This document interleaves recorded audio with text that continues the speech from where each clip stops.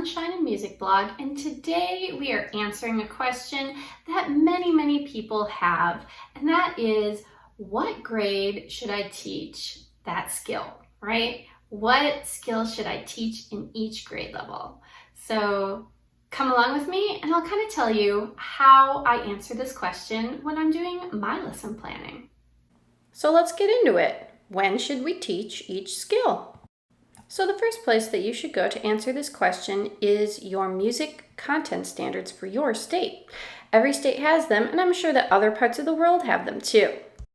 Here's an example of a content standard from the state of Florida. This is a third grade standard, and it's telling us that they expect third graders to be able to sing simple la, sol, mi, re, do patterns at sight. It says very specifically what pitches they want them to be able to read and sing. If you find your content standards a little bit confusing and would like some help translating them into plain English, then I have a blog post for you in the description below. It's called National Standards in Music, a State-by-State Breakdown. It's going to help you understand the standards, and it also has links to each of the state's standards. Sometimes we get standards on the other end of the spectrum.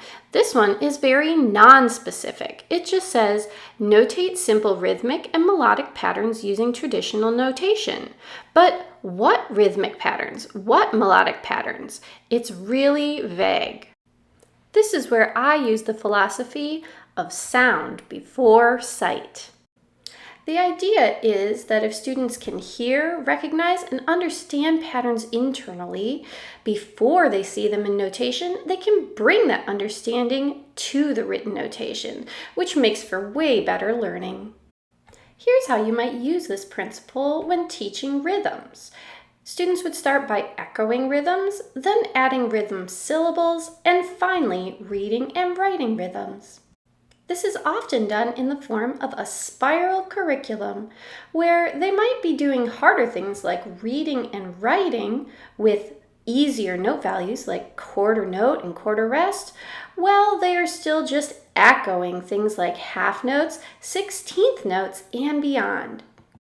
We can use the same process we used for rhythm for teaching pitch as well, using that same spiral curriculum and the idea of sight before sound. If you'd like some extra guidance, there are many music pedagogies that suggest a certain sequence of rhythms and pitches. For example, in the Kodály method, you might start by teaching so and mi.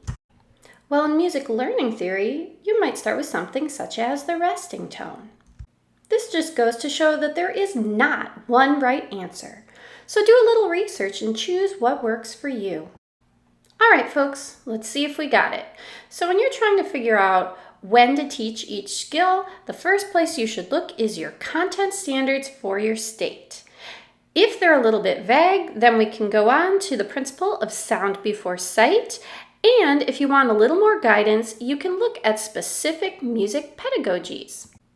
All right, now that you know the basics, it's time for you to go forth and start planning.